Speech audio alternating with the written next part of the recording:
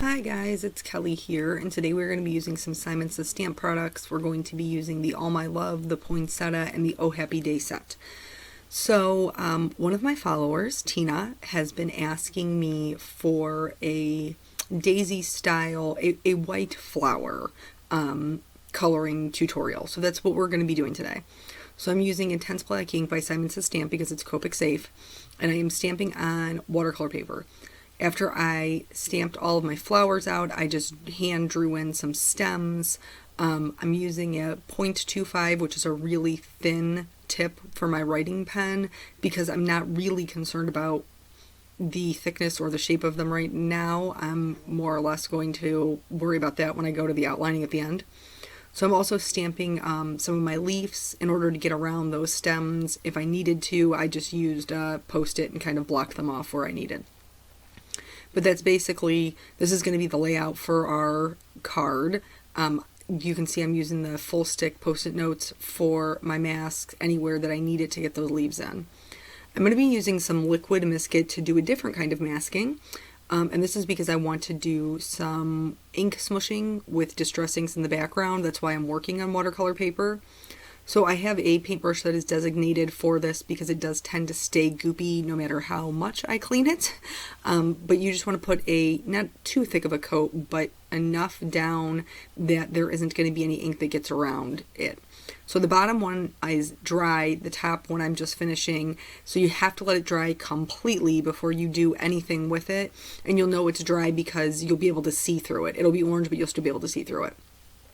So ink smooshing, you use a piece of acetate, and this is just another, this is a piece that I just took from a stamp set. I just pulled the back of it off, and then when I'm done, I'll clean it off, put it back on my stamp set, and it won't matter. It won't be dirty or, anything like that. So I smush the distress ink onto my craft mat. I spray it with some water, and then I pick it up with the acetate and smush it down onto my background. This is just a fun, different way to do watercoloring, which gives you a little bit more control, and it gives you really, really organic, really natural edges, which I like a lot. So I used a couple of different colors. I'm not going to show you every color. I used peacock feathers, I used mermaid lagoon, I used cracked pistachio, mustard seed, and pine needles. Just to kind of get this bluish green background going on. And I really, really liked the mustard seed because once I put that on there, it almost looked like this neon green. I am using a baby cloth. Yeah, that's a thing. A baby wipe that's mostly dry to just suck up any extra water on top of my liquid biscuit. And the reason I'm doing that is because when you rub this off, you do it with your finger. And your finger will pick up those pigments and rub it all over your card. So just to add a little bit more interest, because I had a lot of solid blocks of color, I'm going to just put on clean clear water anywhere that I wanted there to be bigger puddles.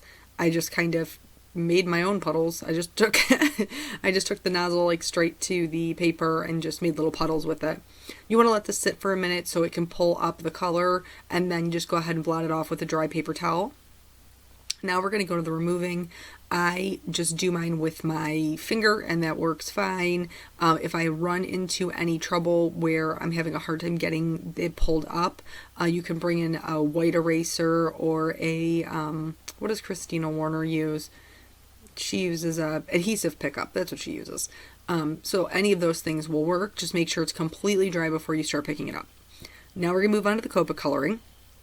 And since this is not just a tutorial for Tina, and it is a tutorial for everybody, I'm going to show you how I color my leaves. This will be the lightest leaf, and you can see my stem right through it, and it's because I drew the stem before I decided to stamp the leaf. But I'm going to have the stem. Apparently enunciation is not my strong suit tonight. I'm going to have the stem be on top, so I'm not concerned about coloring right over it because it will be darker and it will appear to be in the front. Anyway, coloring the leaves, I'm starting with my lightest color, laying down my shadows, going all the way out to my darkest color, and I tend to concentrate my darker colors into the center so that the leaf looks more concave, like it's folding in on itself. And then I'm going to take my lightest color from the outside edges in, and this is just so I don't remove any of that shading. I'm going to do that with all of my leaves, and then I'm also going to use the same colors for my stems. So like where it's coming out from underneath your flower would be darker, where it's behind something it would be darker, and the way that I drew them, there's kind of all different levels. So the one that was furthest in the back, I didn't even use the YG03. I just colored it in with the G05. Anything that's darker naturally falls into the background. So you want your stems in the front to be lighter, your stems in the back to be darker where they fall behind something, like I said. And then from here, we're going to move into actually coloring the flowers white. So I prefer to do my white anything with the cool grays, but you don't have to. You can use the warm. Both of them will work fine. It just depends on what your look you're going for. With these particular flowers, the way that I colored them was with the shading mostly to the center. So I'm using a C1 first and just going around the edges. Then I'm going to go in with the C3, and I'm not fully covering up the C1. I'm still using those light flicking motions. But you can see how small of an area I'm working in, and then with the C5 I'm just going to put like a little line at the bottom. When you're coloring an object white, you're only adding the shadows. So you want there to be white in the object. So I'm like kind of flicking those colors out and blending them. I realize that they still do look gray, but just bear with me. By the time we're done, promises, they will be white. So this is just a 3-color blend, a C1, a C3, and a C5. That will work. It will be fine. It will still look white. I'm going to show you a couple of times, since the purpose of this video is to show you coloring a white flower. I'm going to do the large one and the small one with a 3-color blend. And again, here you don't want to add shading all the way up the petals. You just want to add it where it would be the darkest, where those shadows would be. So where petals would fall over other petals, which would put them behind, that would be darker. Where they gather together, that would be darker. And there's nothing wrong with this particular shading. But watch what happens when we add the C7. Now I'm just adding a line of it at the very base where it would be the darkest. And then all of a sudden, you're talking about, a C7 is a dark color, but it really gives that flower some contrast, and it really makes it look inset. And that's what we're going for. So try just a little bit at a time. Go with a C1 and a C3. And if you don't like that, add a little bit of C5. And if you're good with that, stop there. But, if you think maybe you would want to try it, go a little bit darker, because the contrast is really what gives your card dimension. We're going to give it even more by adding more colors. If these flowers were white on white, they would look gray. They would look so gray. It's the other colors in your card that help give the illusion of that whiteness, that those grays really are shadows.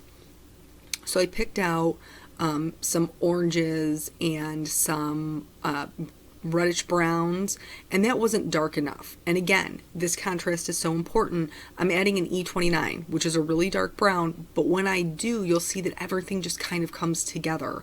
That brown intensity matches the intensity of the C7, and it really looks inset, like those flowers are opening up.